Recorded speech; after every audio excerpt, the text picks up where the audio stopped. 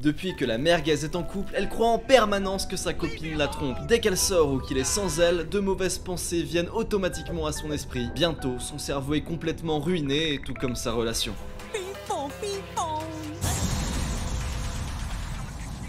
Le Hunter.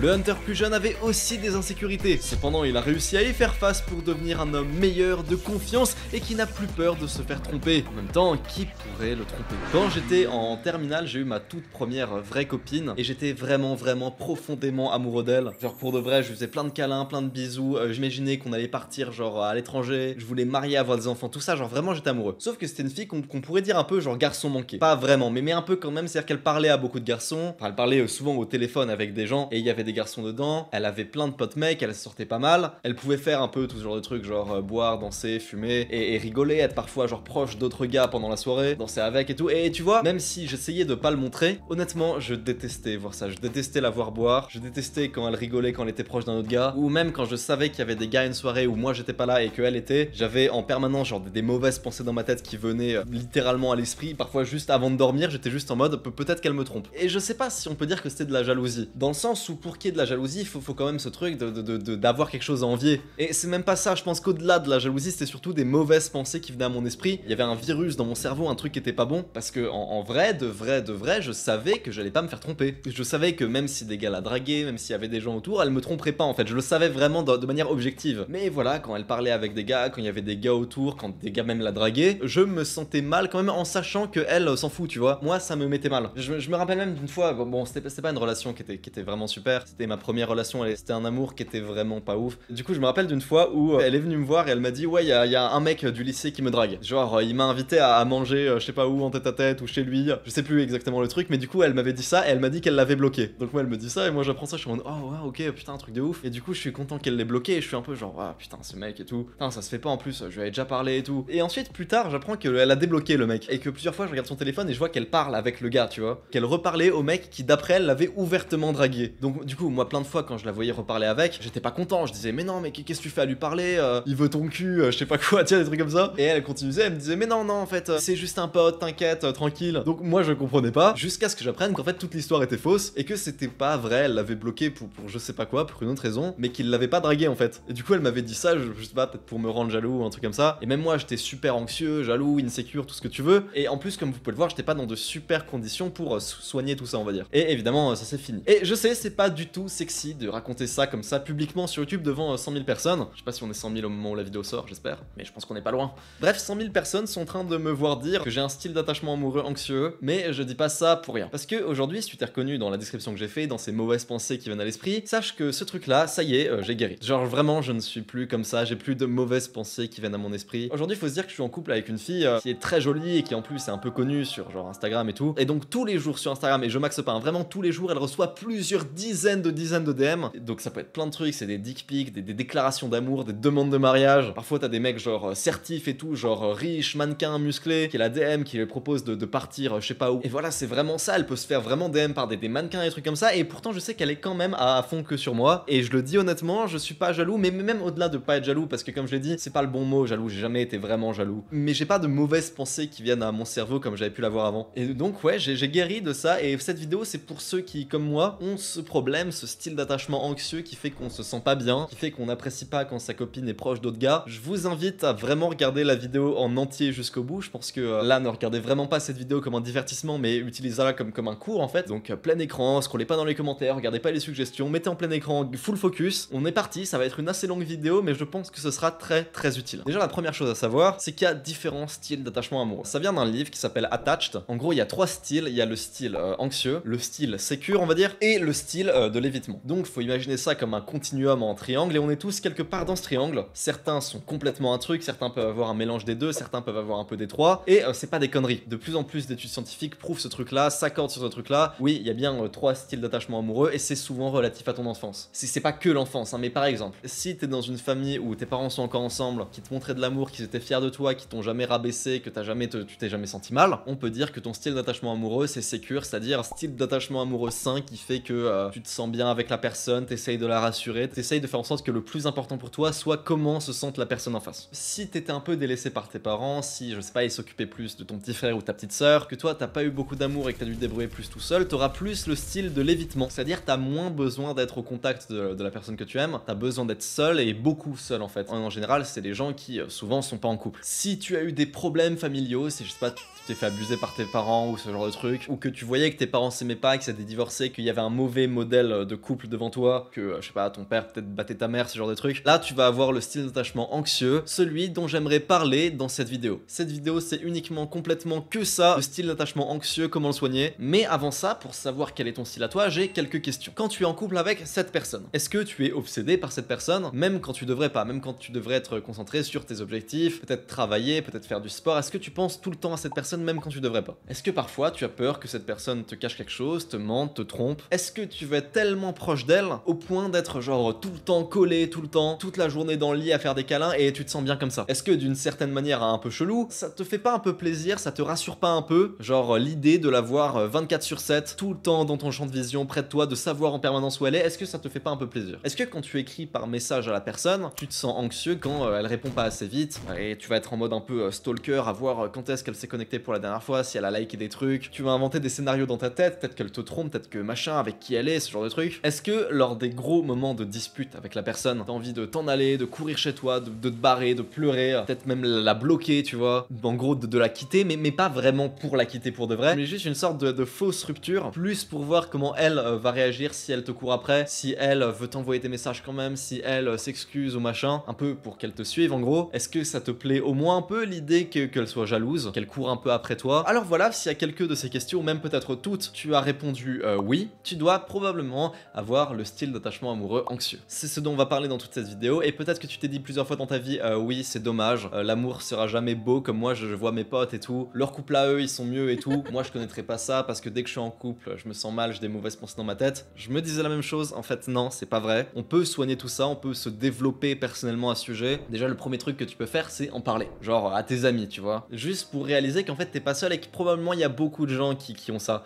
Et c'est pour ça que j'ai pas trop peur de raconter ce que je suis en train de raconter sur YouTube, d'en faire une vidéo, de raconter même la toute première partie où je racontais mon premier amour au lycée. Parce que en vrai, même si des gens me diront ouais t'es malsain, t'es jaloux, t'es un pervers narcissique, peut-être masculinité toxique, je sais qu'en fait beaucoup de gens ont ça et juste veulent pas s'avouer. C'est même pas relatif à la masculinité toxique parce qu'il y a des meufs aussi qui peuvent avoir ça. Ça a un nom, ça s'appelle le style d'attachement amoureux anxieux. Et donc parle-en à tes potes et tu verras qu'il y en a beaucoup qui ont aussi la même chose. Tu peux leur dire par exemple, leur parler de cette vidéo, du truc de les différents 3 styles, les machins, pour voir si t'es pas seul en fait. Et pareil, ce que tu devrais faire c'est quand tu te mets en couple, le premier moment dans la relation où tu commences à avoir des mauvaises pensées, où tu te sens anxieux, où tu commences à être entre guillemets jaloux, même si on s'est bien compris, on sait que c'est pas de la jalousie tout ça, à ce moment-là dans ta tête il y a un mécanisme qui va s'activer qui s'appelle la stratégie d'activation, parce qu'en fait avec la personne que tu es, tu voudras d'un coup être beaucoup plus proche, te faire rassurer, te sentir bien dans ses bras, tu voudras avoir ça en fait, et donc tu vas utiliser une stratégie d'activation qui est tout simplement communiquer, genre lui dire ouais tout je me sens pas bien machin et tout, j'ai peur que je sais pas cette soirée tu parles avec ce gars et que lui il te drague ou machin. Donc voilà, tu vas faire ça et il y a 2 cas à partir de là. Cas 1, tu reçois l'amour, tu te sens bien, t'es rassuré, la meuf est compréhensive, elle est gentille et tout. Et une fois ça fait, c'est bon, tu peux repartir à tes occupations, tu peux retourner bosser, faire tes pompes, tous ces trucs là. Cas 2 par contre, c'est pas bon. Genre soit elle est occupée, soit elle répond pas, ou pas correctement, pas de la manière dont tu aimerais qu'elle réponde. Du coup ça te rend encore plus anxieux, ou alors d'un coup elle trouve ça un peu bizarre et elle est distante, voilà. À ce moment là, la stratégie d'activation a raté, et donc là c'est encore pire, tu passes à un nouveau mode dans ton cerveau qui s'appelle le comportement de protestation. C'est là où tu peux plus du tout bien réfléchir, où t'es plus du tout stoïque, où t'as plus d'objectivité, t'es émotionnel à fond. Tu peux te mettre à crier, pleurer, envoyer 50 messages d'un coup, et en mode vraiment pas stoïque du tout, et je sais qu'on peut se moquer et tout, qu'on va dire ah oui Lohan, le hunter il est stoïque tout le temps, oui mais c'est comme ça, tu réfléchis pas en fait. C'est le moment où tu te dis les trucs les plus horribles, genre je te déteste, j'ai envie de te quitter, peut-être je vais aller voir d'autres meufs, je vais parler à d'autres meufs, c'est ce genre de truc où t'es plus du tout rationnel. C'est là que tu commences à être un peu toxique. En fait tu fais ce dont j'ai parlé tout à l'heure, tu t'en vas, tu fuis, peut-être tu fais une fausse rupture, mais pas une vraie rupture en fait, une fausse rupture pour voir si la personne va rester, te suit, essaye de te rassurer, comme finalement un enfant qui fait une fausse fugue quand il parle de chez lui, de chez ses parents, il veut pas vraiment quitter ses parents, il veut juste voir comment ses parents réagissent. Et bah c'est exactement pareil. J'ai déjà simulé des ruptures pour voir si la meuf allait, je sais pas, me faire un câlin, vouloir continuer à me rassurer, et oui c'est toxique de fou, c'est pas bien, mais c'est vrai, j'ai fait ça. Et le comportement de protestation ça peut être ça, mais ça peut être vraiment plein d'autres trucs. Alors évidemment ça peut être se barrer, ça peut être rien dire, ignorer, peut-être bloquer la personne, râler, vouloir la rendre jalouse. Et tu fais ça si c'est pas car t'es une mauvaise mauvaise personne, car t'es toxique, car t'es un pervers narcissique, car t'as de l'emprise. C'est pas ça en fait. C'est car t'as besoin d'attention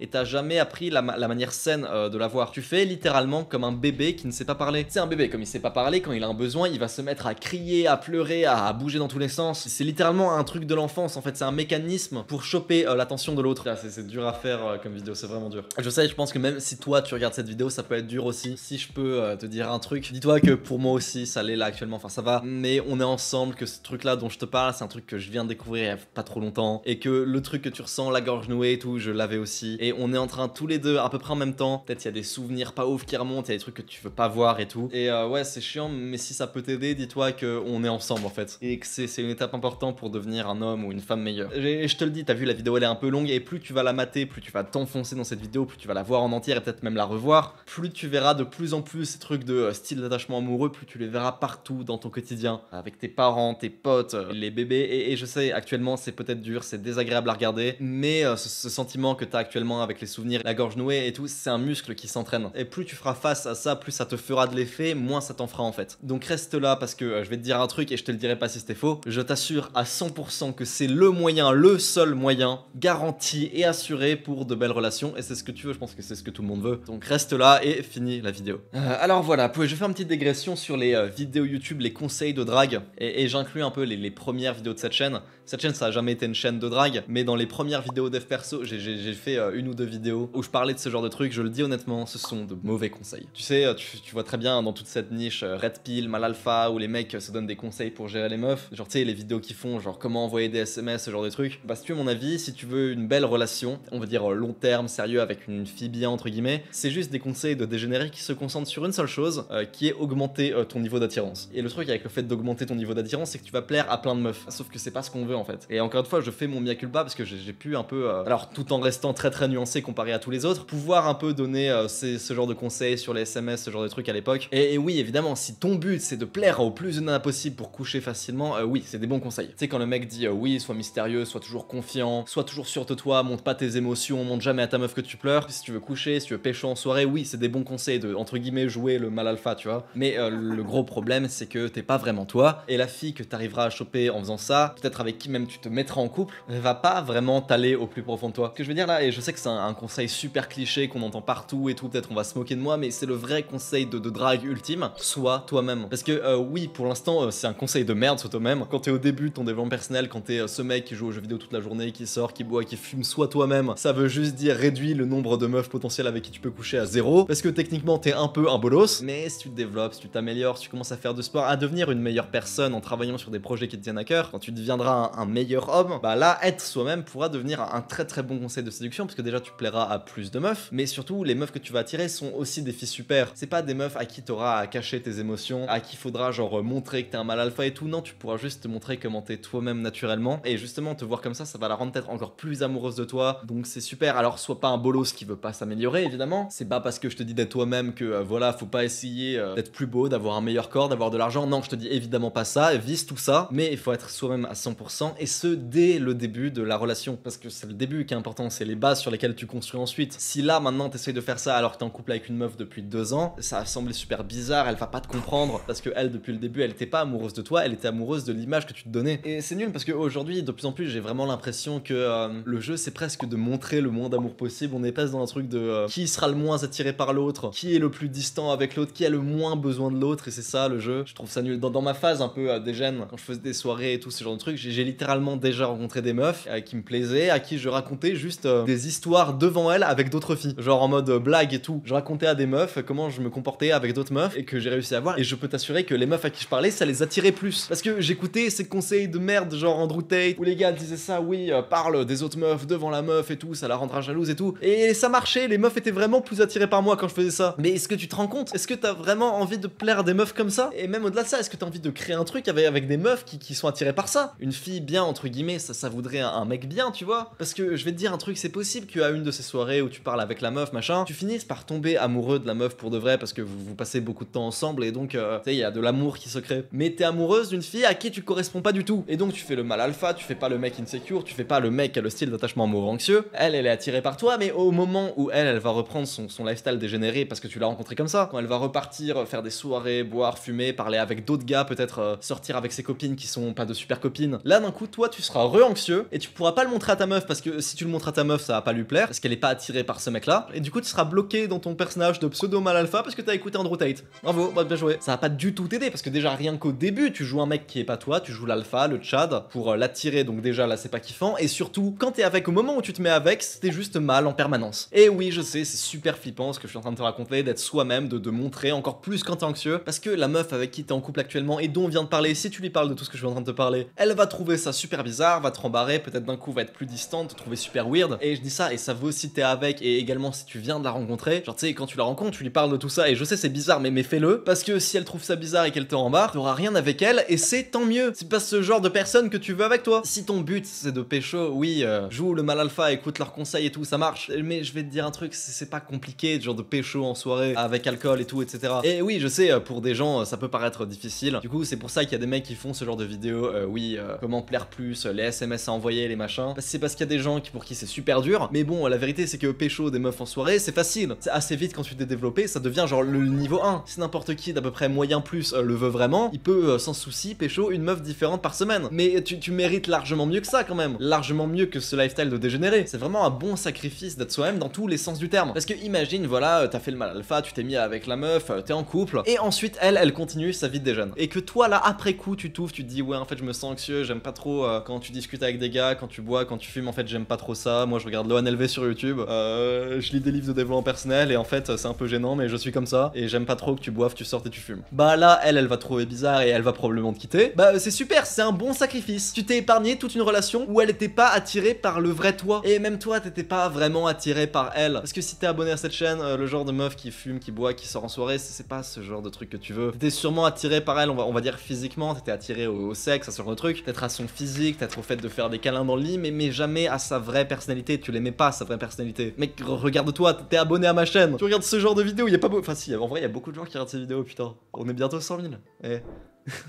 T'es encore là, la vidéo dure je sais pas combien de temps, t'es encore là dans ce stade de la vidéo alors que la vidéo est chiante à mourir. C'est évident que si tu sors avec quelqu'un qui fait les mauvaises habitudes, bah, tu vas pas être heureux au fond de toi. Et du coup c'est un bon sacrifice d'être honnête parce que ça peut éviter ça, que ce soit dès le début, que ce soit à la fin de la relation. Tout le temps faut faire ce sacrifice en fait. Sois authentique, sois vrai et dès le début, putain dès le début de ta relation. Et je te dis ça veut dire vraiment dès le début, peut-être même le premier date, tu vois. Genre oui c'est bizarre de dire ça au premier date. Mais non en fait c'est pas bizarre, on s'en fout. Ça devrait être ça le but d'un date. Le but d'un date c'est pas d'être fake, c'est pas de montrer une image qui est pas toi, c'est d'être justement réel pour voir si les personnalités fit. Vas-y, mais tu lui dis genre honnêtement normal. Oui, j'avoue, je peux me sentir un peu mal si ma copine sort en soirée, pas moi. Alors non, c'est pas de la jalousie. Je sais que je vais pas me faire tromper, mais ça me met mal à l'aise parce que même si je sais que elle pense à rien, les autres gars veulent la draguer en fait, et même elle va rigoler avec, mais elle sans arrière-pensée. Mais moi je trouverais ça bizarre parce que en fait ils veulent la gérer. Sois honnête, putain, c'est pas compliqué. Et les couilles de dire ça. Et oui, je sais, c'est dur parce qu'on va se dire ouais, c'est une sécure de fou de raconter ça et tout. Non, en vrai, c'est pas une sécure parce que si tu le racontes, si tu oses le dire, c'est pas insecure, c'est carrément la preuve de confiance en soi ultime de raconter ça. Là, même moi qui raconte ça sur YouTube, tu te rends compte du niveau de confiance que j'ai pour raconter ça publiquement devant 100 000 personnes? Communique dès le début, si t'es déjà en couple avec la meuf que t'as attirée en étant pas toi, dis-lui tout de suite, parle-lui de cette vidéo, je sais pas, parle-lui de ce truc là de processus d'activation, lis le livre Attach et tout, parle-lui-en. Et je vais te dire un truc, oui, peut-être que la meuf va te quitter. Bah c'est bien, c'est un super sacrifice, et parfois faut souffrir une fois beaucoup, genre pas longtemps mais de manière très intense, pour un futur meilleur, parce que si tu décides juste de rester avec parce que c'est quand même confortable et peut-être même que tu vas finir ta vie avec et que tu vas souffrir tout le long, bah mec c'est pas ouf. Et là je te dis le futur meilleur, définis-le maintenant. Le futur meilleur, définis-le. La meuf de tes rêves, ta future femme, la fille de fou qui est incroyable, qui te soutient, qui t'encourage dans tes projets, tout ça, que toi aussi tu vas encourager dans ses propres projets, elle, une team en fait. Et tes dates, oui, même tes premiers dates devraient être orientés dans ce sens là. Tu sais, aujourd'hui les dates c'est, en tout cas pour les garçons, je sais pas pour les meufs, mais je pense c'est pareil pour les meufs. Ouais, faut que j'assure mon costard, ma tchatch pour avoir un moyen de coucher avec elle parce que j'ai vu que tel truc faisait que j'avais tant de pourcents de chance de coucher avec elle dès le premier date. Non, tu dois pas réfléchir, tu dois pas faire des stratégies pour ton premier date. Tu dois être honnête, savoir si la personne en face est honnête et voir si t'es compatible avec. Respecte-toi un minimum, c'est facile de sortir avec une meuf, donc sors pas avec juste pour la gratification instantanée, pour les câlins dans le lit, pour le sexe, car c'est bien quand t'es avec, mais si quand t'es pas avec tu te sens juste mal, ou tu te sens mal même quand t'es avec mais qu'il y a d'autres gens autour parce que t'aimes pas son groupe de potes, etc. Que quand t'es tout seul t'arrives pas du tout à bosser car tu penses tout le temps à elle et que tu te sens mal, bah ne sors pas avec et attends une meuf meilleure quoi. Et je dis ça depuis tout à l'heure, je parle au masculin, mais la vérité c'est qu'il y a des meufs aussi qui ont la même chose. Et les meufs c'est pareil, je parle aux hommes parce que je suis un homme, du coup j'ai l'impression de parler à mes potes, mais il y a beaucoup de meufs je sais qui vont s'identifier à ce que je raconte là. Et c'est la même chose, augmente tes standards. Putain les meufs et les mecs sortez pas avec n'importe qui. Je sais pas, vous êtes sur cette chaîne, vous voulez être le top 1% et tout, sortez pas avec une meuf du bottom 99, sortez avec des meufs du top 1%. Tu devrais pouvoir dire sans honte à ta meuf ou à ton mec, oui là je me sens mal, je me sens anxieux et j'ai besoin d'être rassuré. Et les gens vont dire oui c'est cringe Lohan, qu'est-ce que tu racontes, t'es gênant machin, on s'en fout. De toute façon les gens qui pensent ça ils ont déjà quitté la vidéo, donc je sais que je parle à des gens qui entre guillemets sont déjà convaincus par ce que je raconte et qui sont très intéressés à ce stade là si t'es encore en train de regarder. Donc on s'en fout de la vie des gens, c'est pas gênant. Tu sais, tout le monde dit ouais la communication c'est le plus important, un couple faut bien communiquer et tout, mais personne ne sait bien communiquer. Qui est capable de parler avec sa copine des trucs là dont je viens de parler dans cette vidéo? Qui est capable de regarder cette vidéo à côté de sa copine? Là maintenant, en vrai, personne. Bah, c'est déjà qu'il y a un souci, c'est déjà que t'es pas honnête avec la personne, c'est déjà que tu t'ouvres pas, c'est que t'es pas toi-même. Et imagine juste, t'es en couple avec une fille, elle est incroyable, tu lui racontes tout ce dont je suis en train de te parler dans cette vidéo, et le fait de lui raconter ça, elle, ça la rend juste plus attirée par toi, parce que tu t'es ouvert. C'est ça que tu dois viser, c'est ça le futur idéal que tu dois atteindre. Bon, le pire c'est que nous on a complètement oublié ça, mais je suis sûr que je montrerai mes vidéos à genre quelqu'un de la génération, genre avant nos parents, genre nos grands-parents, il serait juste en mode d'accord, oui bah c'est du bon sens, c'est quoi cette vidéo de con? Mais notre génération fait vraiment n'importe quoi, on réfléchit plus du tout comme ça, on réfléchit juste à comment montrer le moins d'amour possible. Parce que chez les mecs, il y a Andrew Tate qui joue au mal alpha, à serrer plein de meufs, parce que c'est ça la vie des hommes, c'est baiser plein de meufs, parce que tu les conquiers et c'est bien, faut faire les gros durs, faut pas montrer ses émotions, faut pas pleurer devant sa meuf. Et chez les meufs, t'as, je sais pas, mais chez les meufs aussi, il y a des trucs comme ça, enfin bref. Sois toi-même, c'est le meilleur conseil, et évidemment, oui, au début, c'est un mauvais conseil, parce que au début, tu t'es pas encore développé. Sois toi-même, ça veut dire que tu plairas à personne. Bah, sois quand même toi-même. C'est mieux que de jouer un personnage, et éventuellement, tu vas t'améliorer. Tu vas non seulement commencer à plaire en plus en étant authentique, mais à des filles à qui tu plairas. Et honnêtement, ce genre de meuf, le genre de meuf un peu dev perso et tout, c'est les plus jolies, c'est les plus agréables, c'est les plus gentilles, c'est les meilleures meufs. Donc c'est bien en fait. Ouvre-toi dès le début. Sinon t'auras la relation, mais tu te sentiras mal pendant la relation, ce qui est nul. Et justement, en étant toi-même à 100% en permanence, tu pourras plus jamais être malheureux à cause des meufs. Car si tu te fais larguer, bah tu te retrouves seul, et tu te diras du coup que bah c'est pour le mieux parce que vous correspondiez pas, que vous n'étiez pas compatible à la base. Petite digression, mais franchement là, si j'avais Tinder, j'ai pas Tinder, mais si j'avais, je sais exactement ce que je mettrais en bio Tinder. Genre direct, pour voir le tiers de meufs que j'attirerais. Je mettrais un truc genre complètement honnête, en mode oui, je veux me développer, je veux devenir riche, mais style d'attachement, anxiété, je veux dire un truc genre littéralement, peut-être je mettrais juste le lien de cette chaîne. Et oui, c'est facile de faire le compte Tinder pour pécho plein de meufs. C'est très simple, quelques photos beaux gosses et voilà. Tu dis que t'aimes les cocktails, le tango, tu mets une description genre, je sais pas, on va boire un verre, smiley, c'est une petite blague et tout. Et genre, je sais pas, tu fais peut-être une fille par semaine, 2 filles par semaine, une fille tous les jours, mais tranquille. Mais la bio Tinder en mode honnête, en mode sérieuse, en mode peut-être même un peu honteuse. Je pense que pour moi, ça ressemblerait à ça si j'avais Tinder. Et après, on va dire oui, mais Tinder, les meufs qui sont dessus, c'est pas des meufs bien et tout. Non, je sais pas, je pense qu'il y a de tout. Oui, il y a des meufs qui sont un peu dégénérées, qui veulent sortir en soirée et tout, mais je pense qu'il y a aussi des meufs, tu sais, qui ont eu un copain dans leur vie et elles sont allées sur Tinder une fois, mais elles ont pas fait de date, juste c'est pour avoir de la validation. Je pense qu'il y a un peu de tout sur Tinder. Bref, je reviens sur le sujet principal, dis direct tout. Et là d'ailleurs, mise en situation, imaginons ta meuf là, elle te dit qu'elle va partir en soirée avec sa pote qui est genre un peu dégénérée. Tu sais qu'il y a de l'alcool, tu sais qu'il y a des gars qui voudront la gérer. Peut-être même il y a de la weed, des trucs comme ça. Dis-lui direct. Et oui, c'est gênant, mais dis-lui direct. Ouais, je pense que honnêtement, si tu sors à cette soirée avec cette pote, je pense que je me sentirais mal. Et oui, c'est giga flippant de dire ça. C'est pas du tout alpha. Mais fais ça et attends sa réponse. Si elle comprend pas, si elle trouve ça bizarre, si elle te dit un truc genre ouais, mais je m'en fous, je fais ce que je veux, machin. Je te le dis, t'es pas compatible avec. Genre, elle s'en fout que tu te sentes mal, que t'es anxieux. Mais si elle te dit genre un truc, un semblant de truc pour te rassurer, genre ah mais non, mais t'inquiète,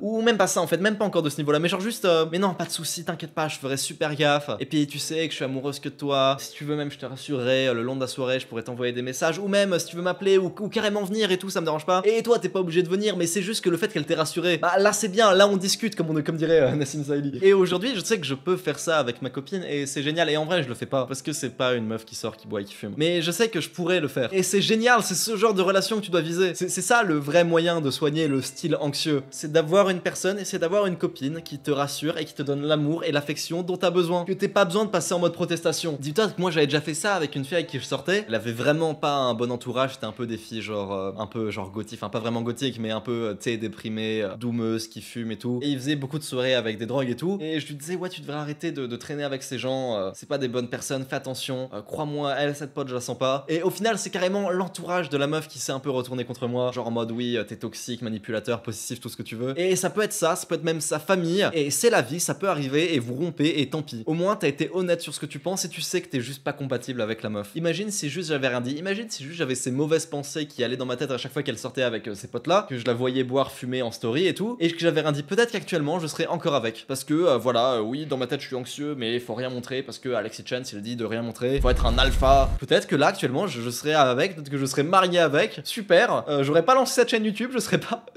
Oh, j'allais dire un truc super égocentrique, c'est pas bien de me dire ça, je serais pas riche, mais c'est la vérité. Donc sa réponse à toi qui communique tes insécurités, elle est extrêmement importante. Et évidemment, je te dis ça, pas besoin que ce soit parfait au début. Évidemment, peut-être que sur des trucs, elle a pas un comportement ouf ou qu'elle est pas géniale, mais si juste tu lui parles de tout ça et qu'elle comprend et qu'elle met un peu des efforts pour essayer de changer, améliorer des trucs, que vous échangez ensemble, elle est déjà dans le top 1% et c'est déjà super. Putain, dites-vous qu'à l'époque, oh la vache. C'était il y a tout pile 3 ans, il y avait une fille, elle était à fond sur moi, on parlait tout l'été, enfin c'est même pas qu'on parlait, c'est elle qui m'envoyait plein de messages. Elle était vraiment à fond jusqu'en octobre, tu vois, et moi presque limite je l'ignorais un peu comme un connard, tu vois. Et du coup, comme je l'ignorais, elle était encore plus à fond, et en octobre, elle a juste arrêté de m'envoyer des messages parce que je jouais au connard, quoi, en fait. Et du coup, c'est moi qui, à partir d'octobre, j'ai commencé à être un peu en chien sur elle, à lui envoyer plein de messages et tout, et là, elle m'ignorait, et je sais pas si elle kiffait la situation, mais c'était vraiment ça. Franchement, c'est ça que tu veux dans ta vie? Ce genre de relation? Tu penses honnêtement que cette fille-là que je suis en train de te parler, si je lui avais raconté ce truc de style d'attachement anxieux, il se serait passé quoi? Elle aurait fait quoi? Elle aurait été compréhensive, elle m'aurait rassuré, donné de l'amour et tout? Ou à l'inverse, elle aurait été justement encore plus distante parce que ça l'a fait encore plus kiffer, et du coup ça m'aurait encore plus rendu triste. Faut vraiment que tu conscientises que non, c'est pas ça le game. Le game, c'est pas pécho un max de meufs, être distant, pas montrer d'amour. Le game, c'est trouver une personne qui te ressemble, s'améliorer soi-même, trouver la personne qui veut s'améliorer et qui est contente que tu t'améliores, et elle te pousse vers le haut. Mais bon, je sais que si t'es encore sur cette vidéo, à ce stade de la vidéo, c'est que t'es d'accord avec moi. Donc je peux parler de manière un peu sans filtre maintenant. Alors je vais te dire un truc que je pense, et sans tomber dans le puritanisme absolu ou quoi, hein. Mais si tu veux ça, si tu veux ce type de relation, si t'es encore en train de regarder, c'est ce que tu veux, il faut absolument pas tomber dans le lifestyle dégénéré de sortir, de boire, de fumer et pécho des meufs en boîte de nuit. Car si tu fais ça, tu programmes ton cerveau à être des gènes, tu multiplies les partenaires et tu pourras pas trouver les meufs qui veulent les mecs qui ont pas beaucoup de partenaires en gros. Et pareil, les meufs qui sortent pas, qui boivent pas, qui fument pas. Tu vas pas attirer la entre guillemets meuf bien que tu veux pour toi, pour toute ta vie. Et je sais que c'est chiant de se dire oh oui mais moi je veux une meuf pour faire des câlins, pour du sexe et tout. Je veux pas attendre et je me poserai plus tard, là je prends un peu n'importe qui et plus tard je me poserai avec une meuf bien. Non non, faut pas réfléchir comme ça. Parce que la meuf bien, tu l'auras justement en travaillant sur tes projets plutôt qu'en allant sortir. On s'en fout que ça mette longtemps avant d'arriver puisque le principe de trouver la meuf parfaite, c'est que ça a juste besoin d'arriver une fois et c'est bon ensuite. Toi aussi, tu mérites quelqu'un de bien, tu mérites de ressentir de l'amour mais d'une personne de qualité. Même si t'as ce truc là de style d'attachement amoureux anxieux, tu mérites de te sentir bien, pas anxieux et avec des gens avec qui t'es compatible. Voilà, c'est la fin de cette vidéo, c'était méga long. Avant de finir, si possible, j'aimerais que tu fasses les trucs genre de l'algorithme YouTube, c'est-à-dire déjà il faudrait que tu likes, il faudrait que tu commentes et si possible, partager la vidéo, mais t'es pas obligé de vraiment la partager à tes potes. Si tu penses que la vidéo, il y a de la valeur dedans et que ça peut aider beaucoup de gens et que t'as envie de la partager, partage-la vraiment,